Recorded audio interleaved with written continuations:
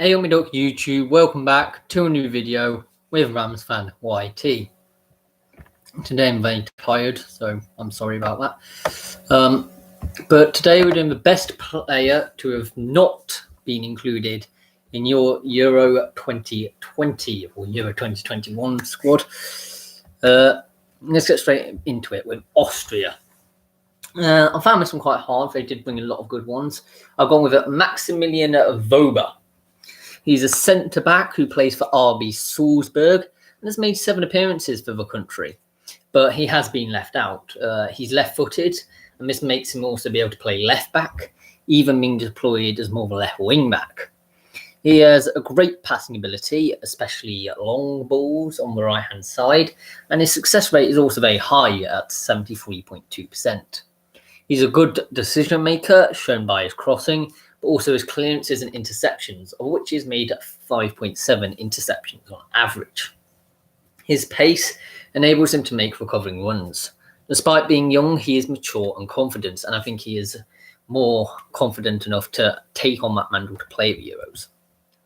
Belgium, I've gone for Orel Mangala, a dynamic, swashbuckling and all-round midfielder. He is most commonly known for his silky technical attributes, intelligent passing, and an all-action characteristics. He's a prominent player in Stuttgart's midfield, providing them with a much-needed spark. While Mangala holds the characteristics to just distribute the ball from deep areas, he is much better and more fluid when he is given the license to dribble up in the field in order to relieve the pressure on his team or to instigate an attacking action, leading to a clear-cut opportunity. Once he wins the ball from his opponents, which he does regularly, he is then well-suited to bypassing instant pressure and then distributing it to his more forward-thinking teammates. This ability, especially from deep areas or in the middle of the third of the pitch, would be essential for Belgium, I think, with that attacking impetus. Mangala completes on average 2.7 dribbles per 90 and also covers 127.4 kilometers in distance. He is an able dribbler, meaning he can turn defense into an attack in an instant. It's an invaluable trait to possess.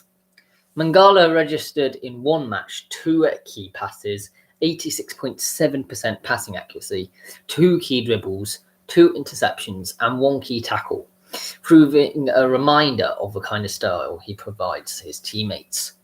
Mangala has provided 3 passes into the final third per 90, 3.31 progressive passes, and 0.38 key passes to go along with his 2 assists last season.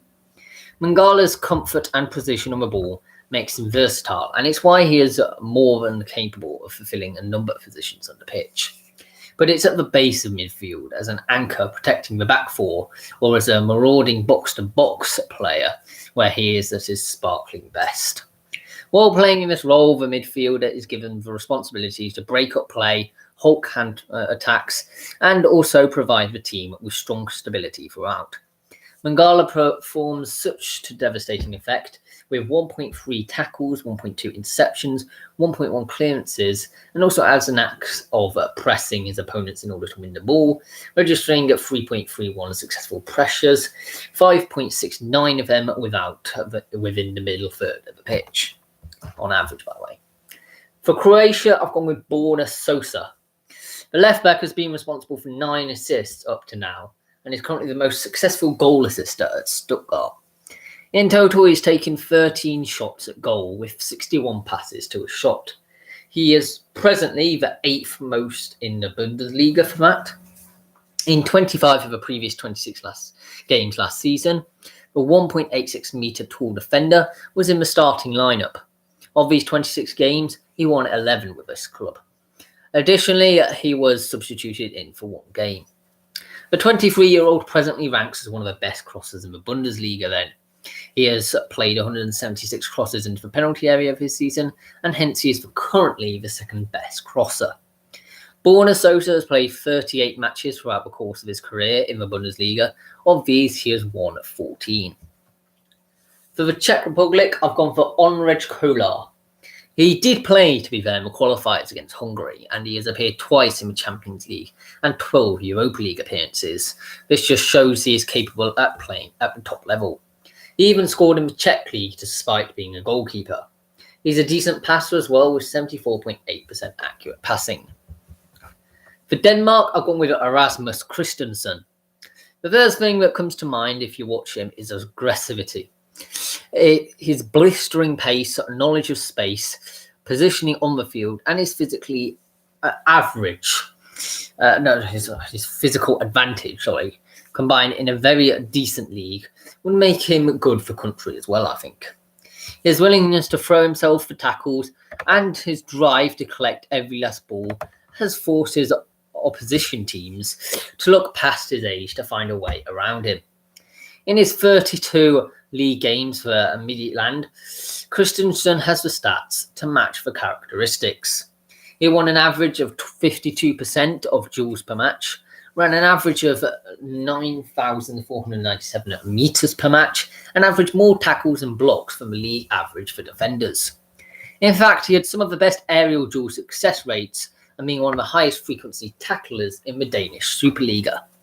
If Denmark relies on counters and set pieces to score goals, he is ideal for both, considering his peerless speed, his lightning reflexes, his aerial supremacy, and his strength both in and out of the box.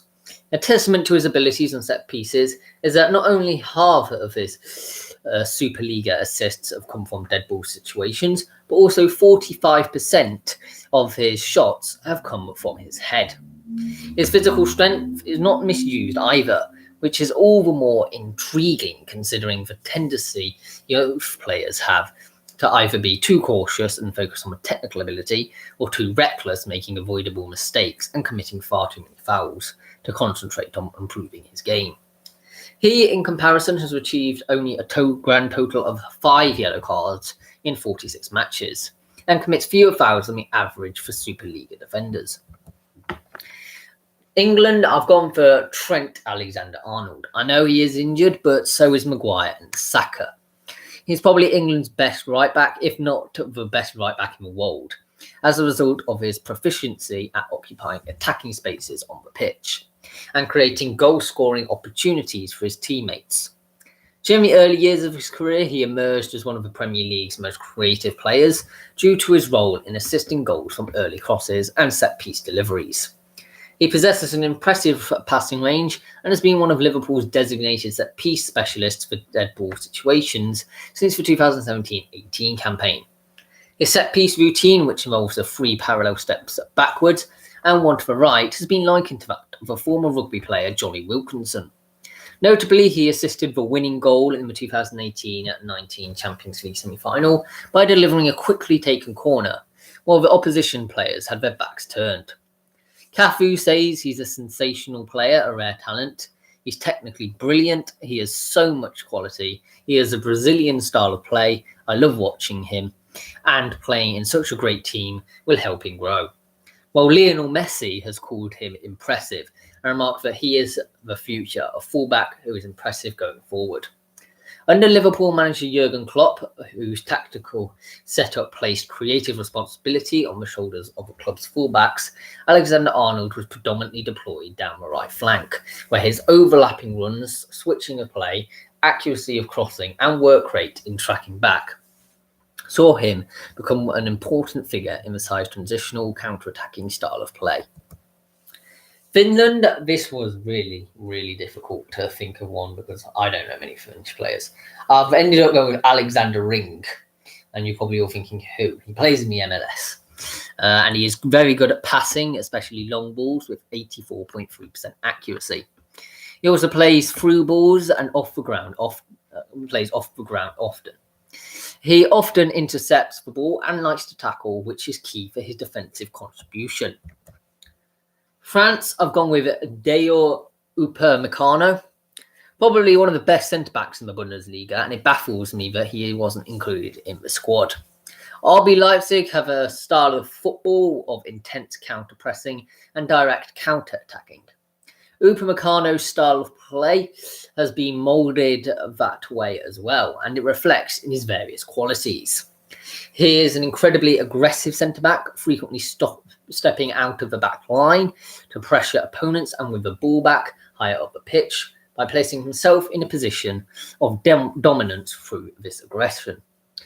Upamecano is able to either win back possession or force opponents into backwards passes.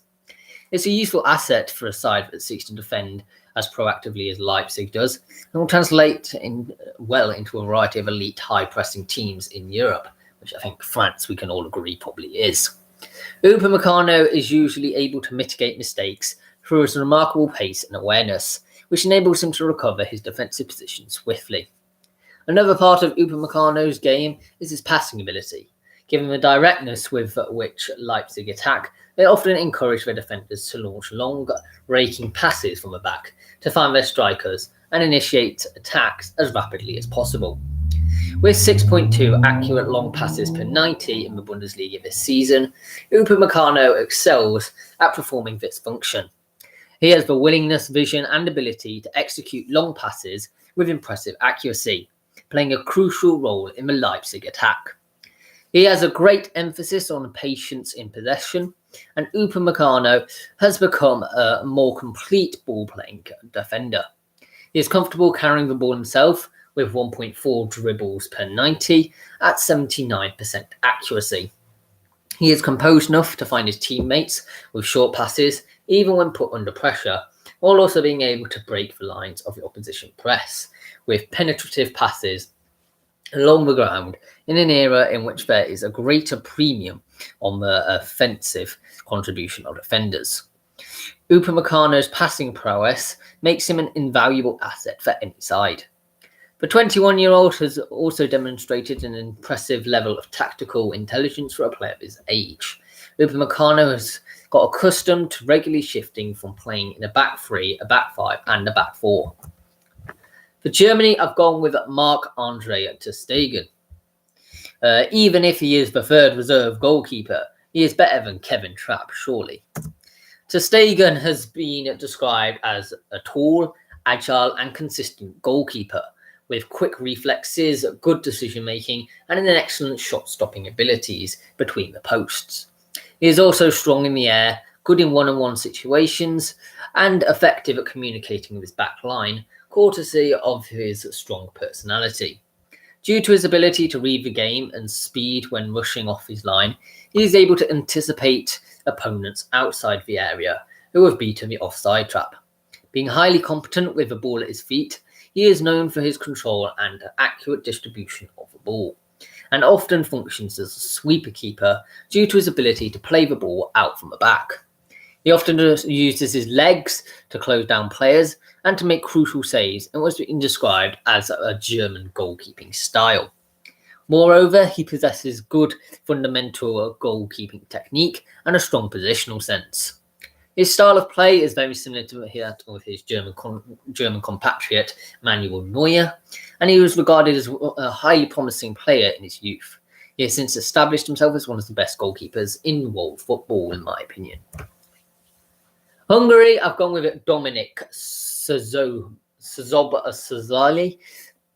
He is injured, to be fair, but he is usually on the left side of two strikers, and he loves to drift into midfield. This is why some believe he can operate as an 8. He likes to drift into spaces between players to enhance his passing possibilities. Szoboszlai can pop up anywhere, and he spells danger. When he drifts in, he loves to find the piercing runs of players. His outstanding trait is his ball striking technique, whether when shooting or passing. It possesses a deftness and accuracy that can provide moments of magic. This deftness makes him a threat on set pieces, direct or indirect. He creates chances from accurate set piece delivery. When he shoots, he generates a dipping swerve. He can generate these swerves on long shots and not only free kicks. Italy, I've gone with Lorenzo Pellegrini. Regarded as a promising young player from a tactical standpoint, Pellegrini's natural role is that of a central midfielder who can be deployed in any position in a three-man midfield, although he is capable of playing as an attacking midfielder and as a defensive midfielder. A tall, physically strong, yet agile, dynamic, energetic, and hard-working midfielder.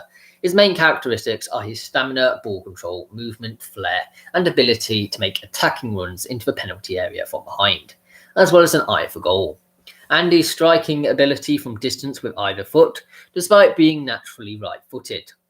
A former central defender in his youth, he is also an effective ball winner, which enables him to break down possession, while his vision and technical skills allow him subsequently to carry or to distribute the ball and provide assists for his teammates.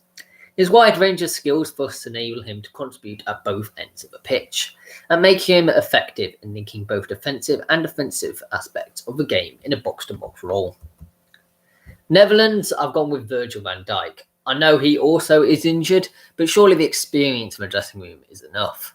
Van Dijk is a physically strong, right-footed centre-back who usually features on the left-hand side of the central defence, though he can also play as a right-sided centre-back. He is gifted with pace, good technique, and an eye for goal, and is an effective set-piece taker. Van Dijk is comfortable on the ball, and he has good technique and a wonderful right foot. He is good on set pieces. Some of the free kicks he scored for Celtic are absolute wonders. He could read the game as well.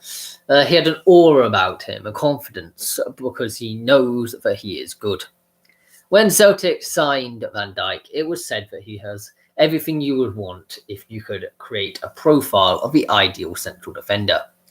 They praised him as a very smooth ball-playing defender who possesses aerial prowess, skills from dead ball situations, and strong leadership qualities. Since his move to England, he is more tactically aware now. His anticipation and timing has improved, and he's a lot more of an all-rounder.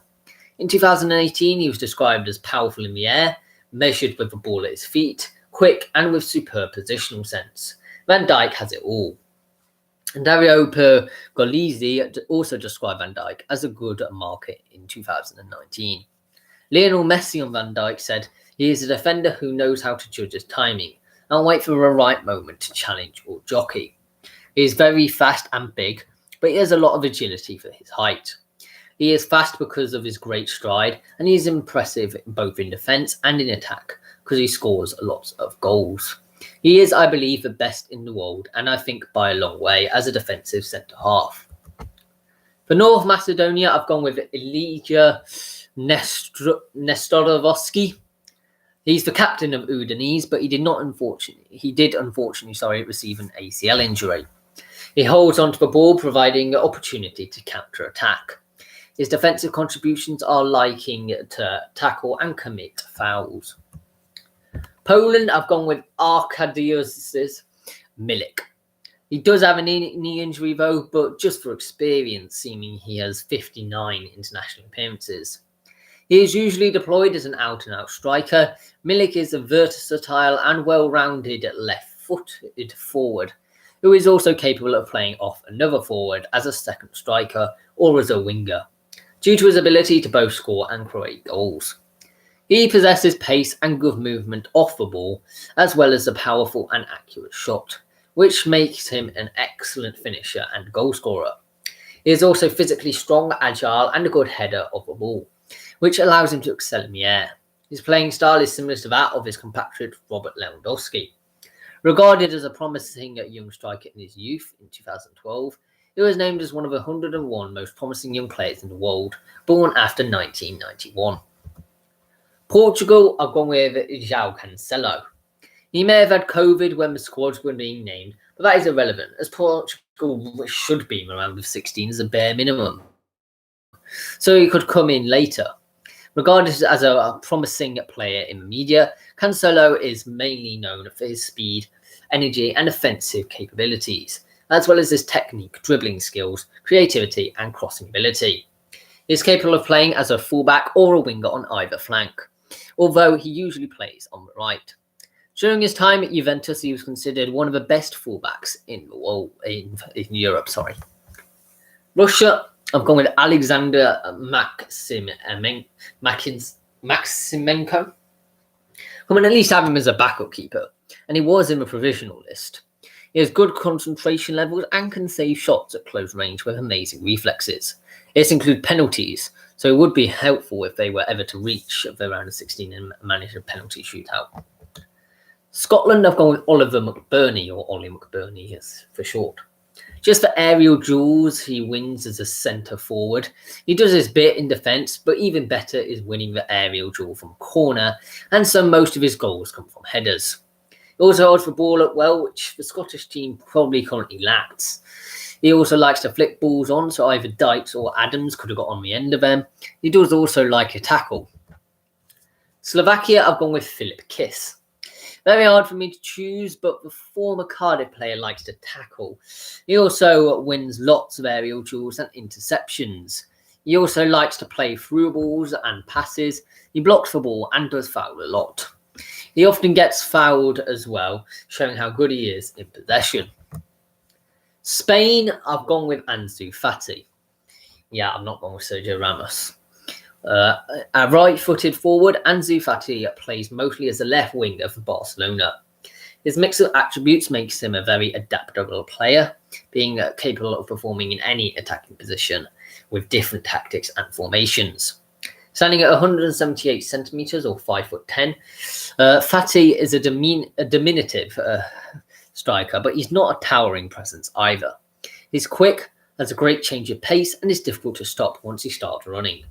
He's still developing physically, but he has evolved a lot in the last months and could be a strong and physical player too, once he's completely adapted to senior football. He has already shown signs of his strength and jumping power in some actions with Barcelona, even if he needs to be more consistent in physical duels. Sweden are gone with Jesper Karlsson. Perhaps his most obvious attribute is his dribbling technique. Possessing an upright, long-strided approach, the Alkmaar winger has found great success in approaching defenders in this manner. This allows him to control the pace at which he engages the opposition and quickly accelerate off. Simultaneously, he is aware of where the goal and better placed teammates are. Many players prefer to make their feint slightly smaller in order to give opponents less of an opportunity to knock them off balance and poke away possession. However, Karlsson's approach forces defenders into making the first division, which he can capitalise on. Karlsson's 4.83 dribbles completed per 90 minutes only amounts to 18th most in the Eredivisie. However, his 84% success rate is the true indicator of his immense talent in 1v1 situations. This shows that Karlsson is not just capable of beating his man, but also chooses his moments to go into offensive duels well, rather than aimlessly looking to beat an opposition fullback every time he gets possession. Karlsson's first instinct is to look around to see what the best option to goal is. If it is to go into a dribble against an opponent, the odds stack well in his favour. For Switzerland, I've gone with Jonas Omlin, at least as reserve keeper, as he's the main keeper for Montpellier. He can also distribute the ball well downfield with 26.1 passes on average per game, with 66% finding his man as well as 7.3 long balls. He is also good at saving long shots. Turkey, I've gone with Ersin Destanoglu. This is being really harsh, but Destanoglu should be the third reserve keeper. All I really know is that he is a good sweeper keeper, but he is Besiktas's first team keeper, and they won the Turkish league. Ukraine have gone with Yaroslav Rakitic. He likes to pass, especially long balls off the ground, with 58.2 average passes per game, with 82.8% finding his man and 8.7 long balls per game. This has led him to gaining 3 assists. He's also a great set piece taker, and he does do dribbles as well. His concentration means that he at times tackles to perfection. Finally, but not least, Wales. I've gone with Tom Lawrenson. I had to sneak a derby play in here. And I'm not saying that he should start, but at least be in the 26-man squad. He takes long shots and takes shots from distance, which I notice has been lacking in the Welsh team, or of any skill of it anyhow. He's good at crossing and passing in the opponent's half, meaning that he gained several assists over the years. He has also likes to cut inside from wings to take a shot, which has resulted in 3 goals this season. He's also a counter-attacking threat, which looking at the Italy game and even the game I just watched a few days ago when they got battered 4-0 by Denmark, is really what they needed. He also does a job in defence as well. So yeah, thank you very much for watching this video. Please subscribe if you are new around here. I've got plenty of things coming up. I've got the history of your club. We're doing about the history of Preston North End, and then I've got my predictions. So I've got the predictions of National League North and South. Thank you very much, and goodbye for now.